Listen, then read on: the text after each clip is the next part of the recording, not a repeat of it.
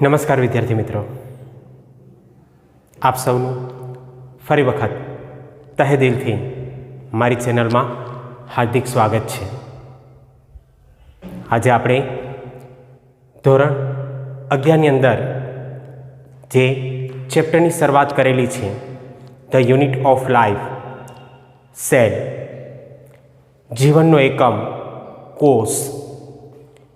અત્યાર સુધી આપણે પ્લાઝ્મા મેમ્બ્રેનની ક્રિયા એ જોઈ ગયા, કોષરસ સ્તર. હવે ત્યાંથી આગળ વધીએ અને ત્યાર પછીનું સ્તર એ આપણે જોઈએ, અને એ છે કોષ દિવાલ. આજનો આપણો મુખ્ય ટોપિક એ સેલ વોલને લઈને છે, એટલે કે કોષ દિવાલને લઈને. ટોપિકની શરૂઆત કરતાં પહેલાં ફરી એકવાર હું જણાવી દઉં કે જો તમે મારી ચેનલ ઉપર નવા હોય તો મારી ચેનલને સબસ્ક્રાઈબ એ કરી લેજો, જેથી કરીને નીટ બેઝ માટેના ટોપિક એ તમને મળતા રહે અને નીટની અંદર સારા માર્ક્સ લાવી શકો એ માટે ખાસ કરીને આવા વિડીયો એ તમે જોતા રહો એ માટે ચેનલને સબસ્ક્રાઈબ કરવી એ ખૂબ જ જરૂરી છે. તો શરૂઆત કરીએ આપણા ટોપિકની, અને આપણો ટોપિક છે કોષ દિવાલ. જોઈએ, પોઈન્ટ છે આપણો કોષ દિવાલ, જેને આપણે સેલ વોલ તરીકે પણ ઓળખી શકશું. કોષ દિવાલ અગત્યનો ટોપિક છે આપણા માટે, અને એની શરૂઆત કરીએ તો સૌથી પહેલો પોઈન્ટ વિદ્યાર્થી મિત્રો આવશે એનું સ્થાન. અહીંયા પોઈન્ટ એ આપણે દર્શાવીએ કે સૌથી પહેલો પોઈન્ટ એ જો આપણે લઈએ તો પોઈન્ટ આવશે એના સ્થાનનો, કે કોષ દિવાલનું સ્થાન ક્યાં. તો આપણે જાણીએ છીએ કે કોષરસ સ્તરની બહારની બાજુએ આવેલ ભાગને આપણે કોષ દિવાલ તરીકે ઓળખી શકશું. ક્યાં આવેલ હશે? તો કે કોષરસ સ્તરની બહારની બાજુએ આવેલા ભાગને આપણે કોષ દિવાલ તરીકે ઓળખી શકશું. તો આ એનું સ્થાન થયું, કે એનું સ્થાન ક્યાં? તો અહીંયા આપણે દર્શાવીએ કે કોષ રસસ્તરની બહારની બાજુએ આવેલ નિર્જીવ દઢ સંરચનાને આપણે કોષ દિવાલ તરીકે ઓળખી શકશું. મેં અહીંયા ઉમેરો કર્યો એક શબ્દનો, અને એ શબ્દ છે નિર્જીવ દઢ સંરચના. હા, એકદમ મજબૂત રચના અને નિર્જીવ, જેને આપણે કોષ દિવાલ તરીકે ઓળખી શકીએ. તો અહીંયા સૌથી પહેલો પોઈન્ટ એ આપણો ક્લિયર થયો, કે પોઈન્ટ છે સ્થાનને લઈને, કે કોષ દિવાલનું સ્થાન એ ક્યાં? તો કે કોષરસ સ્તરની બહારની બાજુએ. હવે બીજા પોઈન્ટની શરૂઆત કરીએ, અને પોઈન્ટ છે એનું કાર્ય. જોઈએ, કોષ દિવાલનું કાર્ય એ લઈએ કે કોષ દિવાલનું કાર્ય શું હશે. કોષ દિવાલ એ કયા કાર્ય સાથે જોડાયેલ હશે? તો સૌથી પહેલો પોઈન્ટ ત્યાં આવશે કે એક તો રક્ષણ આપવાનું કામ કરે. સંપૂર્ણ કોષને રક્ષણ આપવાનું કાર્ય એ કોષ દિવાલ કરશે. એટલે અહીંયા સૌથી પહેલો પોઈન્ટ એ આપણે દર્શાવશું કે એક રક્ષણાત્મક આવરણ તરીકે વર્તે છે. રક્ષણાત્મક આવરણ તરીકે એ વર્તે છે. પહેલો પોઈન્ટ ક્લિયર વિદ્યાર્થી મિત્રો. બીજો પોઈન્ટ આવશે કે કોષ એ તૂટી જતો નથી, નાશ ઝડપથી પામતો નથી, તો એની પાછળનું પણ મેઇન કારણ એ કોષ દિવાલ છે. કારણ કે કોષ દિવાલ એ કોષને મજબૂતાઈ આપે છે. તો આ બીજો પોઈન્ટ અહીં આવશે કે કોષને મજબૂતાઈ એ આપે છે. કોષને મજબૂતાઈ એ આપવાનું કાર્ય એ કેનું? તો કે કોષ દિવાલનું, કે કોષને મજબૂતાઈ એ આપશે. ઉપરાંત ત્રીજું કાર્ય એ જો જોવા જઈએ તો એ છે કે એ કોષને આકાર આપે છે. આ એનું ત્રીજું કાર્ય છે. અને એ કાર્ય એ અહીંયા આપણે દર્શાવીએ કે કોષને આકાર એ આપે છે. આકાર આપવું મીન્સ પોતની ક્રિયા. પોત મીન્સ સ્ટ્રક્ચર. જે કોષનું સ્ટ્રક્ચર છે એમાં મહત્વનો ફાળો એ સેલ વોલનો છે, કોષ દિવાલનો છે. તો અહીંયા મુખ્ય 3 કાર્ય એ મેં લીધા. બીજા ઘણા કાર્ય છે જે આપણે દર્શાવી શકીએ કે ખાસ કરીને ચેપ સામે રક્ષણ આપે, જીવાણુથી બચાવે. તો આવા ઘણા બધા પોઈન્ટ એ આપણે લઈ શકીએ. પણ આપણા જે મુખ્ય 3 પોઈન્ટ છે એ છે કે એક તો રક્ષણાત્મક આવરણ તરીકે વર્તે છે, મજબૂતાઈ આપે છે અને આકાર આપવાનું કાર્ય એ કોષ દિવાલ એ દર્શાવશે. અહીંયા આપણે એક્ઝામ્પલ લેશું કે કયા એવા સજીવો છે કે જેની અંદર કોષ દિવાલની હાજરી એ જોવા મળે છે. તો અહીંયા ફોર એક્ઝામ્પલ એ આપણે દર્શાવીએ કે કયા સજીવોની અંદર કોષ દિવાલની હાજરી એ જોવા મળતી હશે. તો અહીંયા આપણે દર્શાવી શકશું કે ખાસ કરીને જે આદિકોષ છે, આદિકોષ મીન્સ આદિકોષ કેન્દ્રીય કોષ, મેં ટૂંકમાં દર્શાવેલું છે. આદિકોષ મીન્સ આદિકોષ કેન્દ્રીય કોષ, જેની અંદર કોષ દિવાલ હશે. ફૂગ અને વનસ્પતિ કોષ કે જેની અંદર કોષ દિવાલની હાજરી એ જોવા મળશે. પણ અહીંયા વિદ્યાર્થી મિત્રો એક બાબત ખાસ ધ્યાન રાખજો કે અપવાદની ક્રિયા એ અહીંયા જોવા મળશે કે અપવાદ રૂપે જે માઇકોપ્લાઝ્મા છે, માઇકોપ્લાઝ્મા આપણે પહેલા જ ટોપિકની અંદર એની ચર્ચા કરી ગયા કે વનસ્પતિ સૃષ્ટિના એક જોકર તરીકેનું કાર્ય એ કોઈ દર્શાવતું હશે તો એ છે માઇકોપ્લાઝ્મા. વનસ્પતિ સૃષ્ટિના જોકર તરીકે એને ઓળખવામાં આવે છે. એનો સમાવેશ એ વનસ્પતિ સૃષ્ટિની અંદર થાય છે, પણ એની અંદર કોષ દિવાલ એ ગેરહાજર હશે. વિદ્યાર્થી મિત્રો આ ધ્યાન રાખજો આ પોઈન્ટ કે માઇકોપ્લાઝમાની અંદર જે કોષ દિવાલ છે એ કોષ દિવાલ એ ગેરહાજર હશે, કે એમાં કોષ દિવાલ એ જોવા નહીં મળે. તો આ જે અગત્યની બાબત હતી, આમ જોવા જઈએ તો એક પ્રસ્તાવના હતી, એ પ્રસ્તાવના એ આપણે જોઈ ગયા, આપણે ક્લિયર એ કરી ગયા. પણ આ જે મુખ્ય 3 ઉદાહરણ આપેલ છે, આદિકોષ, ફૂગ અને વનસ્પતિ કોષ, એમાં પણ કોષ દિવાલ એક સરખી નહીં હોય.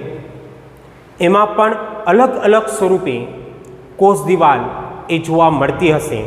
અને એને અનુસરીને હવે આપણે જોશું કોષ દિવાલનું બંધારણ જોઈએ. પોઈન્ટની શરૂઆત કરીએ અને પોઈન્ટ આપણો છે કોષ દિવાલનું બંધારણ. અને કોષ દિવાલના બંધારણની વાત કરીએ તો એની અંદર સૌથી પહેલો કોષ એ આવશે આદિકોષ એટલે કે આદિકોષ કેન્દ્રીય કોષ. હવે આદિકોષ કેન્દ્રીય કોષ પ્રોકેરિયોટિક સેલ્સની અંદર સેલ વોલની ક્રિયા એ જોવા જઈએ તો આદિકોષ કેન્દ્રીય કોષની અંદર આવેલી કોષ દિવાલ એ પેપ્ટિડોગ્લાયકેનની બનેલી છે. વિદ્યાર્થી મિત્રો, આપણે આગળ એ પોઈન્ટ પણ જોઈ ગયા છે. પ્રીવિયસ લેક્ચરો તમે જોશો તો તમને એ પોઈન્ટ આપોઆપ ક્લિયર થઈ જશે. એટલે અહીંયા આદિકોષ અને એની અંદર દર્શાવશું કે તેની દિવાલ કેની બનેલી, તો કે પેપ્ટિડોગ્લાયકેનની બનેલી. આદિકોષ કેન્દ્રીય કોષની અંદર આવેલી જે કોષ દિવાલ છે એ કોષ દિવાલ એ પેપ્ટિડોગ્લાયકેનની બનેલી છે. પેપ્ટિડોગ્લાયકેન, વિદ્યાર્થી મિત્રો ખાસ ધ્યાન રાખજો કે એની અંદર બે વસ્તુ ભળેલી હશે. એક તો amino acid plus polysaccharide. Amino acid plus પોલિસેકેરાઇડની ક્રિયા એની અંદર જોવા મળશે. ટૂંકમાં કહીએ તો એટલું કહી શકીએ કે પ્રોટીન અને કાર્બોદિતની બનેલ હશે. બે મિશ્રિત ક્રિયા એ જોવા મળશે.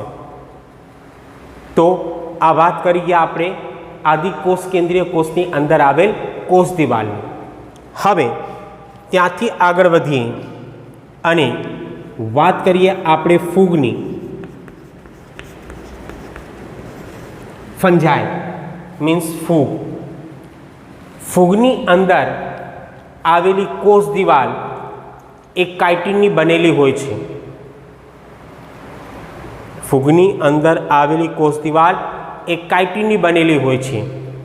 એ પણ તમે આગળના જે ચેપ્ટરો છે એમાં ભણી ગયા છો કે ફૂગની જે કોષ દિવાલ છે એ કાઇટિનની બનેલી હોય છે, જેને ફંગસ સેલ્યુલોસ પણ કહેવાય. એટલે અહીંયા આપણે દર્શાવીએ કે તેની કોષ દિવાલ એ જોવા જઈએ તો એની કોષ દિવાલ એ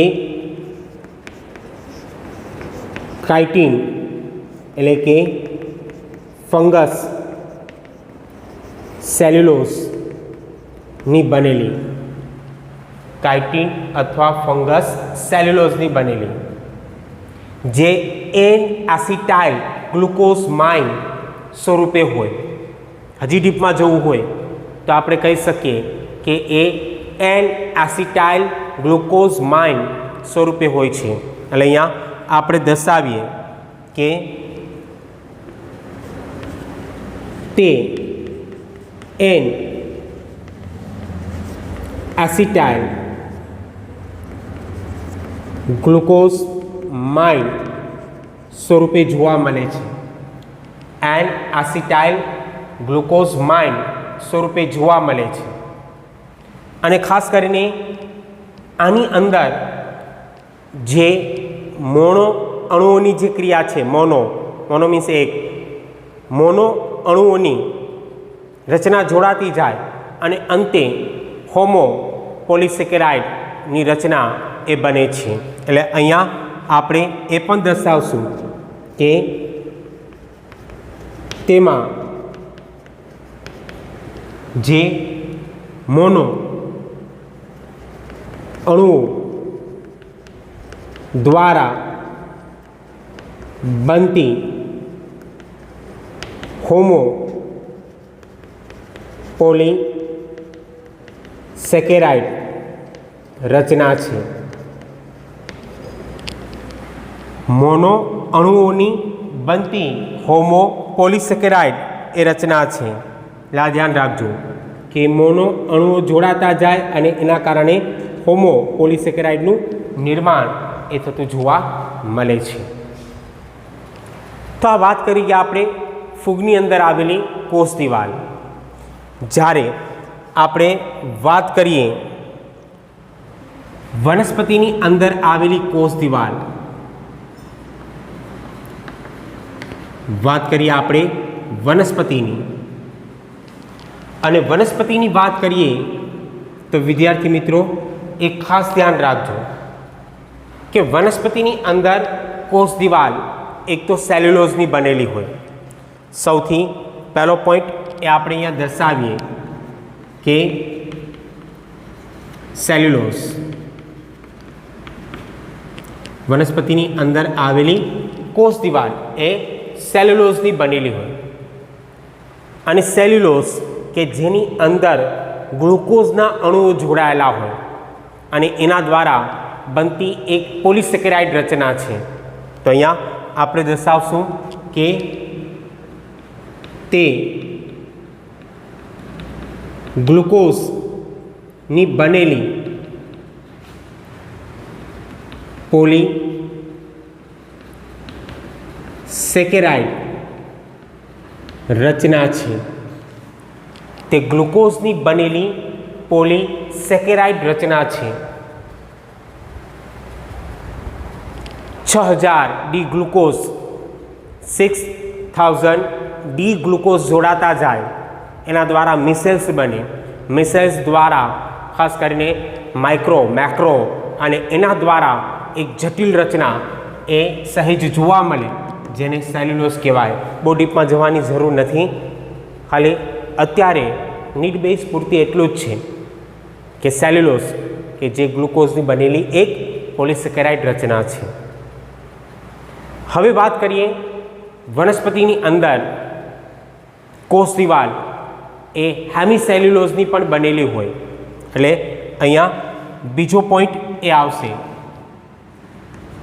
અને એ છે હેમિસેલ્યુલોઝ. હેમિસેલ્યુલોઝ એની અંદર આવેલી કોષ દિવાલ એ હેમિસેલ્યુલોઝની બનેલી હોય છે. અને જે હેટ્રોપોલિસેકેરાઇડ છે, અહીંયા હું દર્શાવું છું કે તે હેટ્રોપોલિસેકેરાઇડ છે.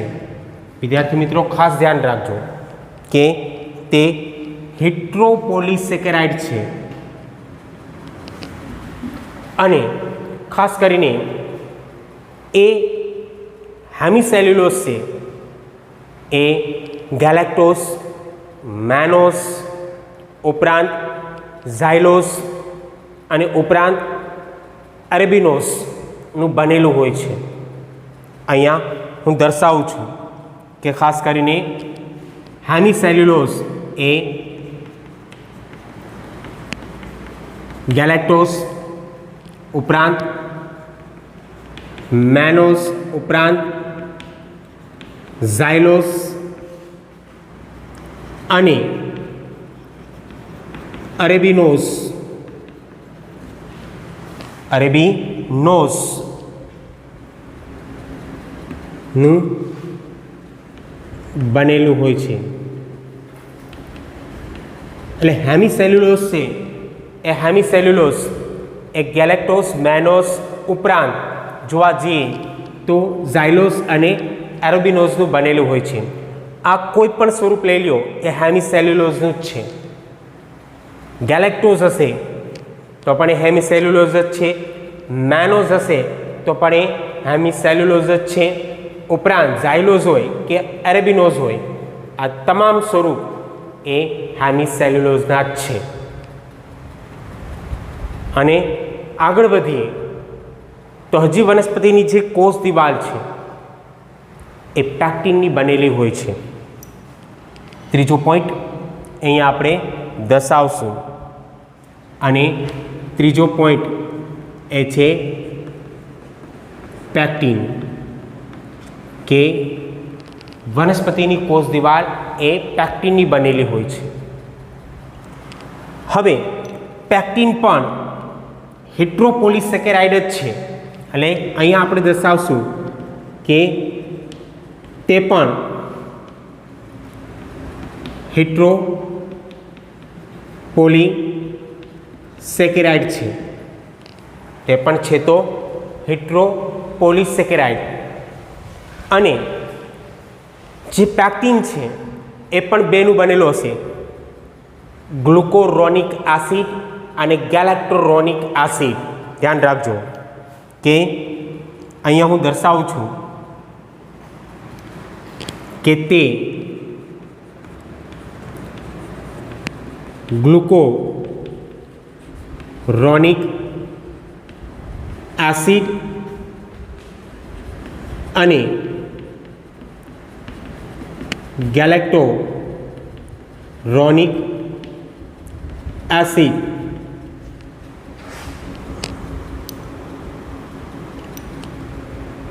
નું બનેલું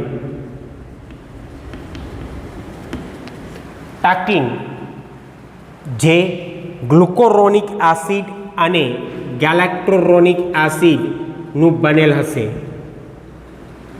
આ નીડ બેઝ માટે છે, એટલે ધ્યાન રાખજો. આ ઉપરાંત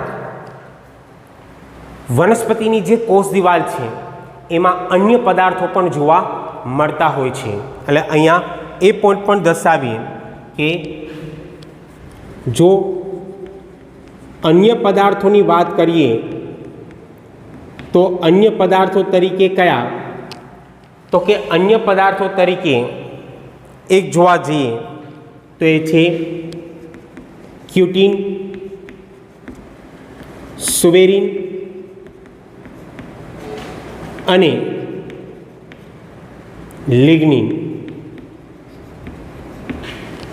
ક્યુટીન, સુવેરીન અને લિગ્નિન. સુવેરીન અને લિગ્નિન આ બે એવા પદાર્થો છે જે ખાસ કરીને પાણી અને વાયુ માટે અપ્રવેશશીલ હોય.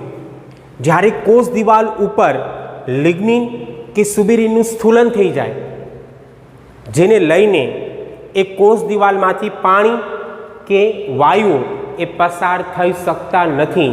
એટલે આ બંને એવા પદાર્થો છે સુવેરીન અને લિગ્નિન જે પાણી અને વાયુ માટે અપ્રવેશશીલ છે.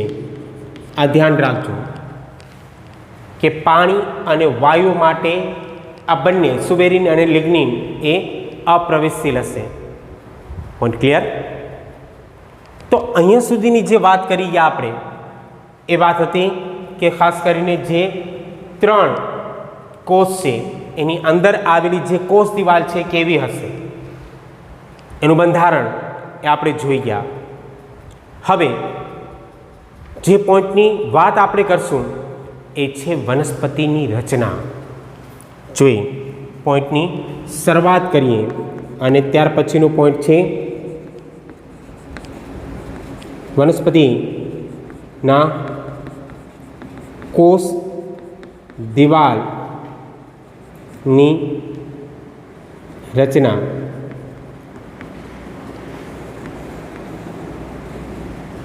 વનસ્પતિના કોષ દિવાલની રચના અથવા વનસ્પતિ ન કહો તો ખાલી કોષ દિવાલની રચના એ પણ આપણે કહી શકીએ કે વનસ્પતિના કોષ દિવાલની રચના એ જોઈએ તે કઈ રીતની હોય છે. ખાસ કરીને આ એક સંપૂર્ણ પોઈન્ટ એ આપણે આકૃતિ દ્વારા સમજશું. એટલે અહીંયા વિદ્યાર્થી મિત્રો એ ખાસ ધ્યાન રાખજો કે આપણા માટે અહીંયા આકૃતિ મહત્ત્વની રહેશે.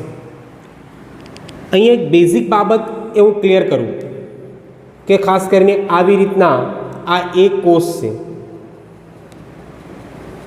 આ એક કોષ છે અને એ એક કોષ સાથે અહીંયા એ બીજો કોષ એ જોડાયેલો હશે.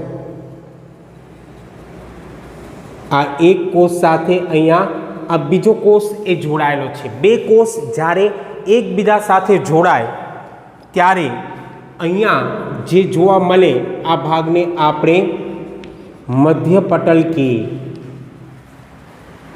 કે આ ભાગ એ મધ્યપટલનો છે, વચ્ચેનું પટલ.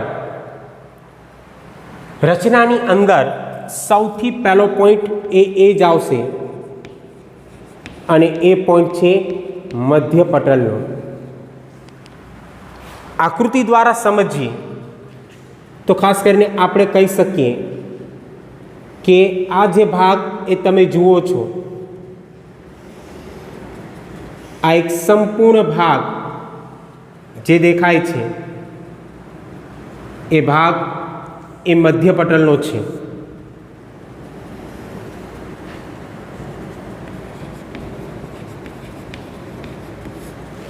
આકૃતિ એ ક્લિયર કરતા જજો કે આ જે વચ્ચેનો ભાગ છે કેનો છે? મધ્ય પટલનો. અને આ મધ્ય પટલ એ કેલ્શિયમ અથવા મેગ્નેશિયમ પેક્ટેટનું બનેલું હોય છે. આ જે વચ્ચેનું પટલ છે મધ્ય પટલ એ કેનું બનેલું હોય? તો કે કેલ્શિયમ અથવા મેગ્નેશિયમ પેક્ટેટનું બનેલું હોય છે. અહીંયા આપણે દર્શાવીએ છીએ કે મધ્ય પટલ એ કેલ્શિયમ અથવા મેગ્નેશિયમ પેક્ટેટનું બનેલું. કેલ્શિયમ અથવા મેગ્નેશિયમ પેક્ટેટનું બનેલું હશે, જેને આપણે મધ્ય પટલ તરીકે ઓળખીએ છીએ કે આ ભાગ જે મધ્ય પટલનો છે. પણ તમારો ક્લિયર કમ્પ્લીટ સુધી? હવે ખાસ કરીને એ મધ્ય પટલની બિલકુલ નજીક અહીંયા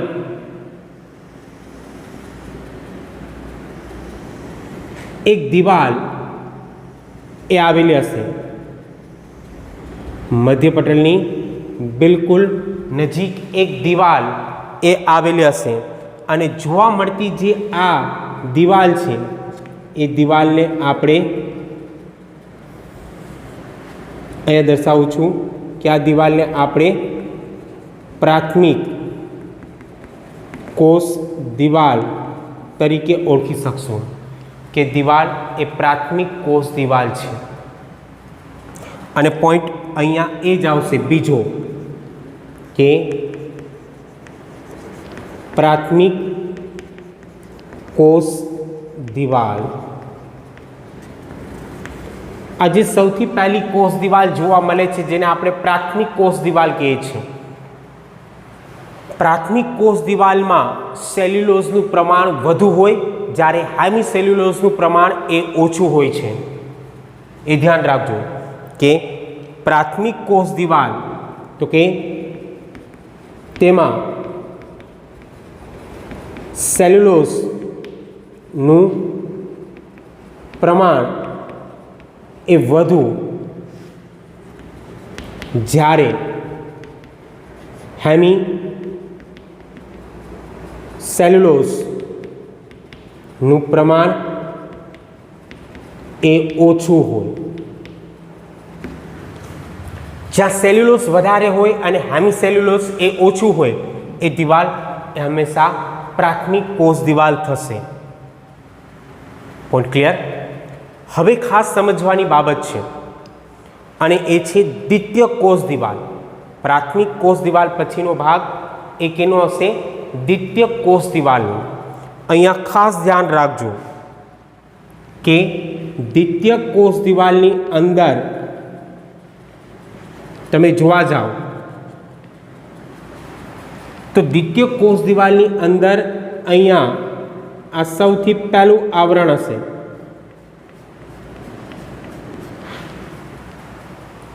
ત્યારબાદ દ્વિતીય કોષ દિવાલમાં આ બીજું આવરણ જોવા મળશે અને ત્યારબાદ દ્વિતીય કોષ દિવાલમાં આ ત્રીજું આવરણ એ જોવા મળશે. એટલે કે દ્વિતીય કોષ દિવાલ એ 3 આવરણ ધરાવે છે. અનુક્રમે અહીંયા જોવા મળતું જે આ આવરણ છે આ પહેલું આવરણ થયું કે આવરણ આ પહેલું થયું. પછી આ આવરણ જે જોવા મળશે એ આવરણ એ બીજું થશે અને ત્યાર પછી જે આવરણ જોવા મળશે આ આવરણ એ ત્રીજું આવરણ થશે. જેમ અહીંયા છે 3 આવરણ, એવી જ રીતના અહીંયા પણ 3 આવરણની ક્રિયા એ જોવા મળતી હશે કે ખાસ કરીને આ સૌથી પહેલું આવરણ, અહીંયા પણ આ સૌથી પહેલું આવરણ હશે. ત્યારબાદ આ બીજું આવરણ,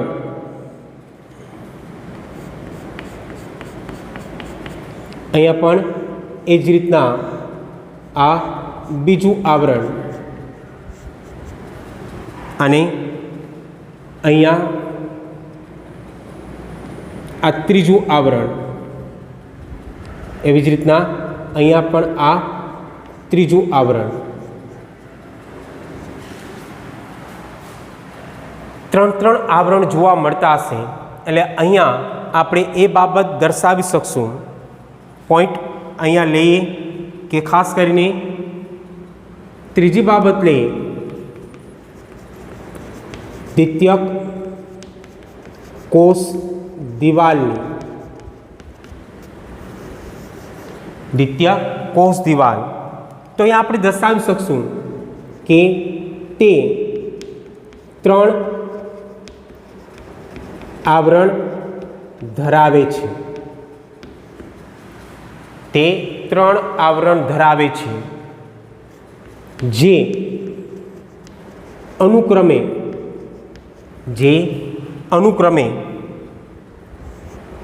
S1, S2 અને S3 તરીકે ઓળખાય છે.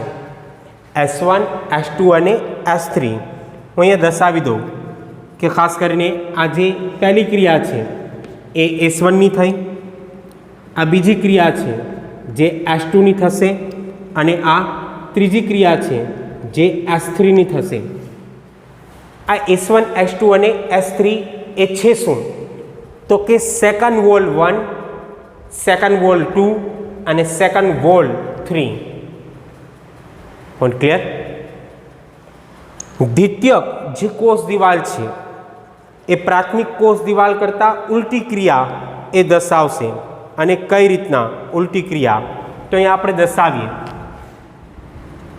કે તેમાં હેમી સેલ્યુલોઝનું પ્રમાણ એ વધુ હશે, જ્યારે સેલ્યુલોઝનું પ્રમાણ એ ઓછું. હેમી સેલ્યુલોઝનું પ્રમાણ એ વધુ, જ્યારે સેલ્યુલોઝનું પ્રમાણ એ ઓછું. પ્રાથમિક કોષ દિવાલ કરતાં અહીંયા ઉલટી ક્રિયા થઈ. આ ઉપરાંત અહીંયા પણ આપણે દર્શાવી શકશું કે ખાસ કરીને આ ઉપરાંત તે ક્યુટીન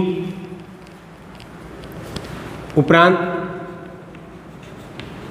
લિગ્નિન અને સુબેરિનની બનેલ. એવું જરૂરી નથી કે પ્રાથમિક કોષ દિવાલની અંદર ખાલી સેલ્યુલોઝ હોય, હેમી સેલ્યુલોઝ પણ હોય.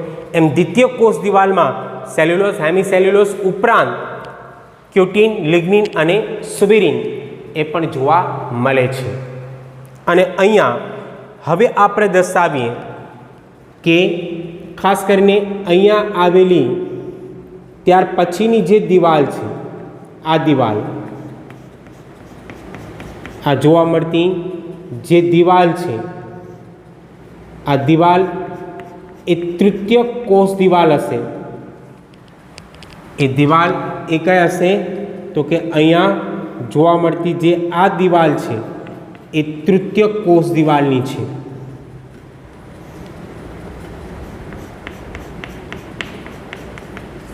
એટલે આ દિવાલ એ તૃતીય કોષ દિવાલની છે. આ ક્રિયા એ દ્વિતીયકની થઈ. અને અહીંયા આપણે દર્શાવીએ કે જે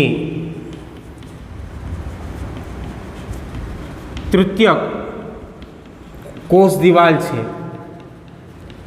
એ તૃતીયક કોષ દિવાલ એ પણ સળંગ નથી અને તે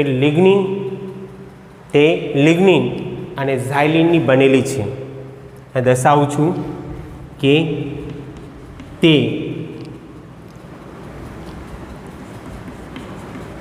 લિગ્નિન અને ઝાયલિનની બનેલી અને આ ક્રિયા મોટા ભાગે દઢોતક પેશીમાં જોવા મળે. લિગ્નિન અને ઝાયલિનની ક્રિયા એ દઢોતક પેશીમાં જોવા મળે, જેના કારણે કોષ દિવાલ એ નિર્જીવ બને, દઢ બને, મજબૂત બને, જેના કારણે પાણી કે વાયુનો પ્રવેશ એ અટકી જાય. અને ત્યારબાદ આપણે કહી શકીએ કે ત્યારબાદ એક સંપૂર્ણ સળંગ સ્તર એ જોવા મળે.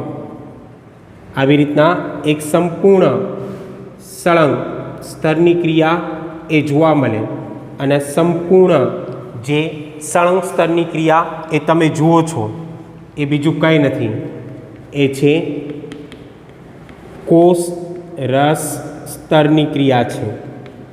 કે હવે કોષ રસ સ્તર આવેલું હોય. વિદ્યાર્થી મિત્રો, વચ્ચે જોવા મળતો આ જે ખાલી જગ્યાનો ભાગ છે, અહીંયાથી લઈ અહીંયા સુધીનો આ જે ખાલી જગ્યાનો ભાગ છે, આ એટલો ભાગ જે તમે જુઓ છો એ ખાલી જગ્યાનો ભાગ એ કોષ રસીય પ્રવાહનો છે. કોષ રસીય પ્રવાહનો છે કે જ્યાંથી કોષ રસની આપલે થાય, જ્યાંથી કોષ રસની આપલે થાય. એવું કહેવાય કે કોષ દિવાલની અંદર કોષ રસીય તંતુ આવેલા હોય, ફાઇબર્સ, કે જેના દ્વારા કોષ રસનું વહન થાય. તો એ જે ખાલી જગ્યાનો વિસ્તાર છે કે જ્યાંથી કોષ રસનું વહન એ થતું જોવા મળતું હોય છે. તો એક સંપૂર્ણ ક્રિયા એ આપણે જોઈ ગયા અને સંપૂર્ણ ક્રિયા હતી કોષ દિવાલની, સેલ વોલની. પોઈન્ટ અહીંયા પૂર્ણ થાય છે. આશા રાખીશ કે પોઈન્ટ એ તમને ગમ્યો હશે. જો ગમ્યો હોય તો લાઈક કરજો, શેર કરજો અને હા, ચેનલને સબસ્ક્રાઈબ એ કરવાનું ભૂલતા નહીં. ફરી મળશું. ત્યાં સુધી stay home, stay safe. Thank you. ધન્યવાદ.